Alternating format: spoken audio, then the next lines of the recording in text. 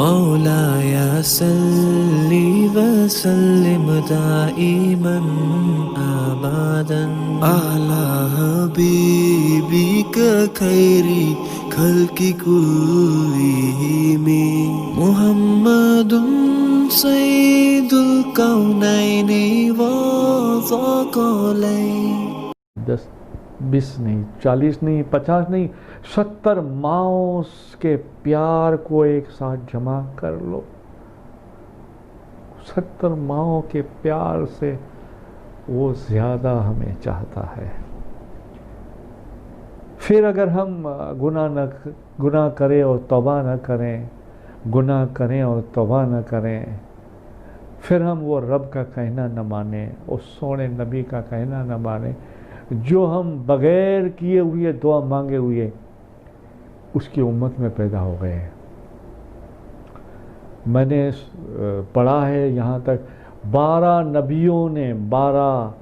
نبیوں نے اللہ کی بارگاہ میں دعا مانگی اور کہا پروردگار ہمیں وہ سونے نبی کا امتی بنا دے جس کا نام احمد ہے، محمد ہے، مصطفیٰ ہے، مجمل ہے، مدثر ہے، طٰہٰ، یاسین، پتہ نہیں محمد ہے، اس کا امتی بنا دے.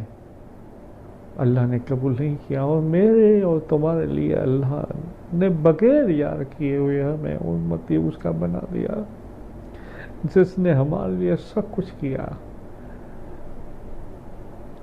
پیدا ہوئے تو یا امتی امتی، جمع ہوئے تو امتی امتی، اعلان نبوت کے بعد امتی امتی، لوگوں کے پتھر کھائے،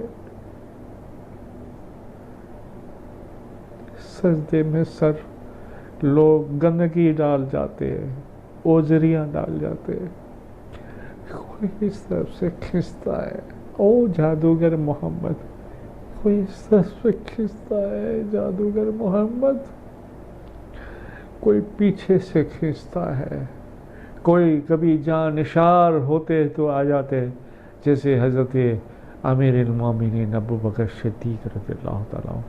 معلوم ہو جاتا کہ کافروں نے مکے میں حضور کو گھیر لیا ہے، بے ساختہ وہی حالت میں جس حالت میں ہوتے، کبھی بھی امامہ کبھی نہیں ہوتا، دوڑتے ہوئے آتے اور سرکار کے اور کافروں کے بیچ میں ہو جاتے اور وہ ایک ہی بات کہتے کہ اے لوگوں تمہیں کیا ہوا ہے، اس بندے سے تم فساد کرتے ہو، وہ صرف اتنی تو بات کرتا ہے، یہ سارے خدا جھوٹے، ایک خدا ہے، ایک خدا، ایک.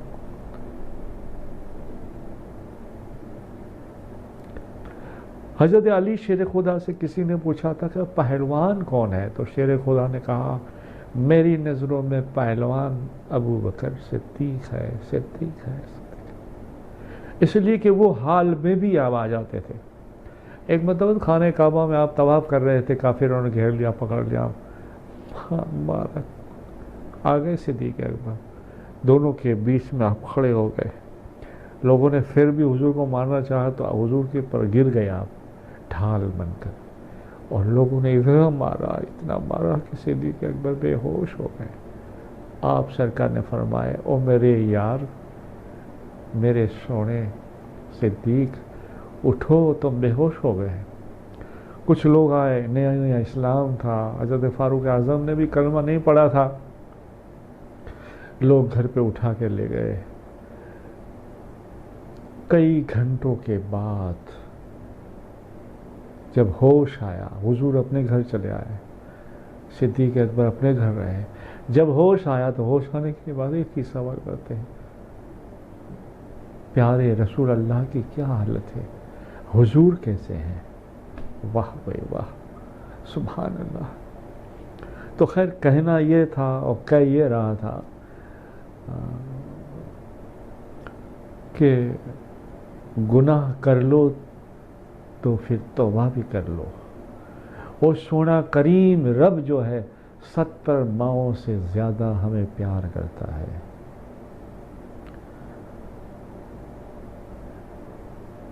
حضرت قتادہ رضی اللہ تعالیٰ عنہ سے کسی نے پوچھا کہ گناہ ہو جائے پھر ہم توبہ کریں تو کیا اللہ ہماری توبہ قبول کرتا ہے؟ تو آپ نے فرمایا آپ نے کبھی ماں کا پیار دیکھا ہے یا آپ کے گھر میں کوئی چھوٹے بچے ہیں؟ کہا ہے۔ تو کہا آپ کے چھوٹے بچے سے آپ نے کبھی پیار کیا ہے؟ کبھی نافرمانی کی ہے تو کیا کرتے ہیں؟ اس کی ماں کیا کرتی ہے؟ تو وہ صحابی رسول نے کہا کہ ہم گھر والے ڈانٹتے ہیں، مارتے ہیں، اور ہماری زوجہ یعنی اس کی ماں تو کبھی کبھی جو ہے مارتے پیٹتے دروازہ بند کر دیتی ہے۔ تو حضرت قتادہ رضی اللہ تعالیٰ عنہ کہتے ہیں پھر وہ کیا کرتی ہے آپ کی زوجہ؟ کہا دھیرے سے چپ چاپ سے دروازہ کھول کے دیکھتی ہے کہیں میرا بیٹا در چھوڑ کے کہیں گیا تو نہیں،